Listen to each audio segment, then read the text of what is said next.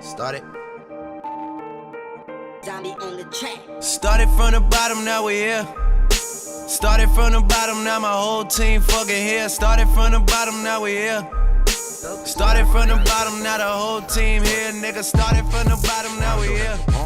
Started from the bottom, now my whole team here. Nigga, started. I mean, they're a better team without him. That's just how I feel. I think they should have been traded him before he got hurt. I was on Twitter. Follow me on Twitter at IBJetlag on Twitter. Follow me on Twitter. I was on Twitter for months before he got hurt saying it's time to trade this guy. It's time to trade him. Now, in terms of Rondo, do you think the guards are sufficient that the Celtics have, or are you saying Rondo for another guard? Are you saying Rondo for a big man? Are you saying, Rondo for someone on the wing? We need scores or defense. What do you think? Well, it all depends. It all depends. I mean, if let's say this season we were talking about, right? He never got hurt. You could have traded Rondo for a Josh Smith type of player. Oh, big time. Big man in the middle. KG's done after this year. Yes. They're going to need a big guy in the middle. But Josh Smith is also going to be a free agent when the season is over. Yeah. So if they could find a way to sign him and then trade Rondo for another guard or maybe even another big man, I mean, I think that'll work. I think what they got with Jeff Green, Avery Bradley, Courtney Lee, I think if they got another big man or another swing man, they could be a good team. That's a young squad too, right? Yeah, they're pretty young. That's a real young squad, and they move. They play D. That's real nice. I really like where they're headed with the direction. In terms of Garnett, it's one of those things you can't let emotions get involved too much. You're gonna see a similar situation, you think, with Welker here with KG and the Celtics pretty soon. Yeah, but that's different though. KG's retiring. Welker, he left. And speaking of Welker, let me ask you a question on this Welker front because I've been very clear on where I stand, and I'll explain that to you after. Okay. But my question for you is this: do you think it was a money thing, or do you think it was a kind of slap in the face kind of thing? Because let me say this, and then you can elaborate. Welker signed for $6 million a year in Denver. Danny Woodhead comes. Guaranteed. Guaranteed, yeah, $6 million a year in Denver. Danny Amendola comes in. He signs for $6.1 million. I mean, 0.1. I mean, if that's not sticking it in your face, I don't know what it really is. Tell me how you feel. I feel like the Patriots are trying to send a message to somebody with every move they make, and they have been playing hardball with Welker for over a year now. Yeah, almost 2 years. Yeah, so I think Welker knew where he stood in the eyes of the Patriots, and the Patriots definitely knew where Welker stood in their eyes, and it wasn't 2 years guaranteed $6 million. Yeah. So clearly there was some separation there. Dollar amounts this late in your career, it's hard to think that you don't want to go ahead and go get the big money contract with a couple years left. Playing with Brady or playing with Manning, Can't really lose there. golly, man. And if your feelings are hurt and it's by the Patriots, what better way to hurt their feelings than by hanging out with Peyton Manning? Oh man, ooh, that's a slap in the face. So who wins, the Patriots or Wes Welker? I mean, that's a tough one. The free agency isn't over yet, so and you got to remember the draft is coming up as well. So you remember on draft day, what was it, 2007, they pulled the cat out of the bag and they traded for Randy Moss, Yeah. So you got to think, draft day rolls around this year, they might put a pick together, maybe a player or two, and get a guy like Larry Fitzgerald, an older elite receiver on a rebuilding team, kind of like Randy Moss was. Right. So you never know. We won't be able to say who wins until week 1 of next season, or maybe even later. But as of right now, I think the jury's still out on who won. At least until the draft. I think the draft is definitely you get a good vibe on where teams are heading into the regular season when the draft finishes up and free agency is all done. Now, I've seen the story with Elvis Dumervil, okay? 6 minutes late, his fax. 7 minutes late. Apologies. 7 minutes late, this fax, okay? So let's say the fax is let's say it's 1 minute late. Mm-hmm. Let's say it's 2 minutes late. Yeah. But you got to remember. He gone. He gone. He gone. Yeah. 2 minutes. 2 minutes. 3 minutes. 5 minutes. He gone. 37 seconds. He's out of there. But you gotta think how you would feel as an owner. I don't know what was his roster bonus supposed to be. It's like $4 million. Okay, so $4 million. His roster bonus would be under his current contract, right? Yeah. So he's late.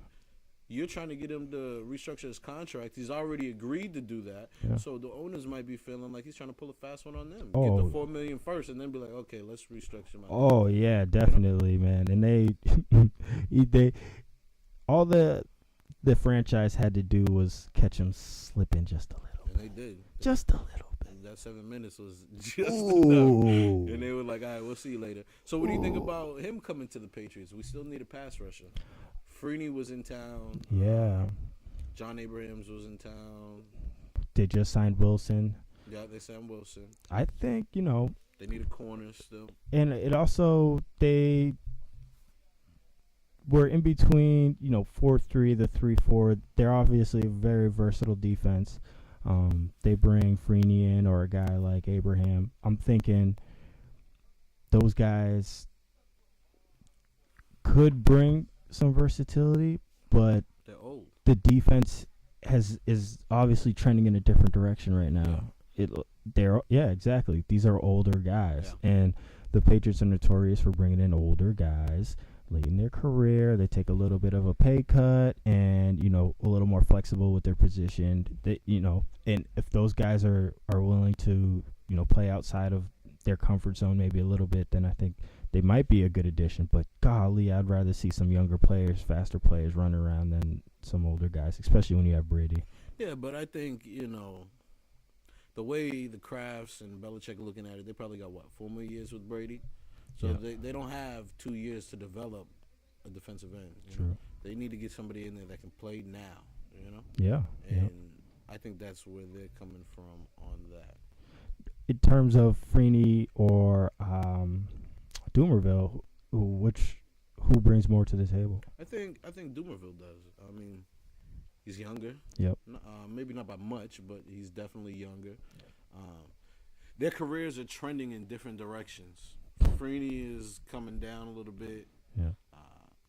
Dumervil is up, plateauing a little bit. But I mean, I think, that's just my personal opinion. Who I would rather have, Elvis Dumervil type player. I'd have to agree. I also think he's able to do more things in his game. He can back up, play linebacker for a few snaps. I Oh, don't think yeah. Freeney can do that. He can't do that. No. It's a trick if he is. It's like, Freeney just Freeney playing drop back. linebacker. In the Oh, coverage. my goodness, folks. This is unheard of. The genius Bill Belichick does it again. Can't you? And the dude retired, too. What is his name? What is his name? Gene Santos, is that his name? Yeah. He retired, man. Who's going to be the voice of the Patriots? Oh, man. We got to send this tape to them. Maybe we can get it there. Nobody better than the brothers. Yeah, but they don't want that, though. It's fan. I mean, we could bring it to the Patriots. You know what I'm saying? There's no holding back. It's real. And the Patriots could use some real advice right now. Yeah. I don't think Bill takes a lot of advice, though. No. He strikes me as the kind of guy that does what he wants. Let's talk about that for a second. Exactly. Let's talk about this. Please, let's. Mr. Belichick, as much as I do like Bill, and as much as I'm okay with him having a lot of power, I'm not afraid to say that he's whiffed on a lot of drafts. Yeah. A lot of drafts. And I think that's why, like you said, we could look to see the Patriots making moves on draft day for some players for picks. Established players. Right. I think his drafts haven't been strong. I mean, he's gotten a couple guys out of the draft. Gerard Mayo's one. Yes. What's his name? Devin McCourty is another. Chandler on the edge is going to be a good player. All of our SEC linebackers. We have an all SEC linebacking core, Yeah. But he's whiffed a lot. I mean, wide receivers. He hasn't gotten one right. No, not he hasn't even gotten close. one right. A lot of running backs. But he hasn't gotten one receiver right. No. Well, we can say the running backs that he has gotten have performed better than the receivers he's gotten. True. I mean, that's definitely arguable. That's true. It's not that. You could also look how hard can it be to be an okay running back in a system where, Tom Brady is obviously the number one threat? I hope that, if they could find a guy to come in and the guys that they have they work in the system. Ridley. Yeah, they work in the system. You like Ridley or Vereen more? They're two different backs, They do two different things. I think you like Ridley because you think you played like Campbell. Campbell sees Ridley out there. He said, "Ooh, yeah, he looked familiar." Ooh, yeah, but I was faster than Ridley. I had breakaway speed. Ridley doesn't have that 80-yard run in him, but Vereen does. Do you see what I mean? Right. Ridley's not going to catch too many passes out of the backfield, but Vereen will. That home run, man. That's what Vereen brings. Ridley brings the guaranteed 4 yards of carry, at least. 3 yards in a cloud of dust. Yeah. He's gonna put it up in there. Yeah. Recently, his first season, he's obviously a little. It's not easy for NFL running backs to come in and just smash it up in there with these monsters, but he was able to stick his nose in it. Yeah. In that one-cut system and really make some big plays this year. I was surprised, man. He had a lot bigger season than I thought he would. No, I seen this coming. Even when he was a rookie, he put up that big game in Oakland. Yeah. I think he had like almost 200 yards. And you could see he was moving faster than any running backs the Patriots had seen in a while, man, making moves. I knew he was going to be a good player in this system. But you know who I want to talk about? What's that? I want to talk about the Dallas Cowboys for a minute. Oh, yes. I would love to talk about America's team in the 1990s. Yeah, it's 2013. When's the last time they won a playoff game? I don't know. I'm just saying. Anyway, here's what I want to say about them. For a team that had such a miserable season, and they arguably have one of the best rosters in the NFC, arguably. Yeah. Oh, yeah. They haven't done anything this offseason. Not one move. They haven't signed anybody. They haven't cut any coaches. They haven't done anything. They did make one move. What did they do? They fired their defensive coordinator. Yeah, that's right. They fired Rob's, what's his name? They fired their improved defensive coordinator. Yeah. Who, when they hired him, said it would take, at least 3 years for them to completely grasp his system. Yeah. Defensive coordinator that they fired. And they improved. Yeah. But good old Jason Garret. Yeah. Still holding that play sheet. Yeah. And he doesn't even really look like he knows what he's doing half the time. I mean, put it down. But who do you blame? Do you blame the coach or do you blame Romo? Look, Jason Garret has to be to blame here, and because Jerry Jones doesn't want to admit he was wrong, Rob Ryan was used as a little bit of a scapegoat. But Garret has not motivated this team. It's a free-for-all, and they play for like a free-for-all. Des Bryant, time after time, doesn't know where to line up. And I think Romo, honestly, as bad as he looks at time, he might be the glue holding it together, as sad as that may seem. I agree with you. I like Romo. I'm a Romo fan. He, sometimes he throws a ball and you're like, Tony, that's the defense. They're not on your team.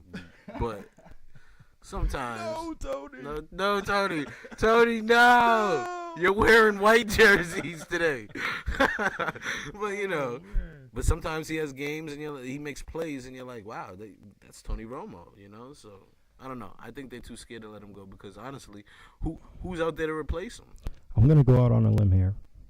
I'm gonna go out way on a skinny little tree branch limb that only little birds would stand on.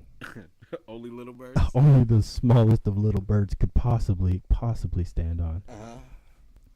Tony Romo is the best quarterback in the NFL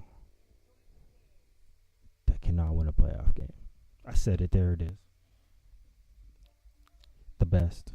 Okay, but saying Tony Romo is the best quarterback that can't win a playoff game is like saying I'm the best NBA player that never made it to the NBA. That doesn't make any sense. Yeah.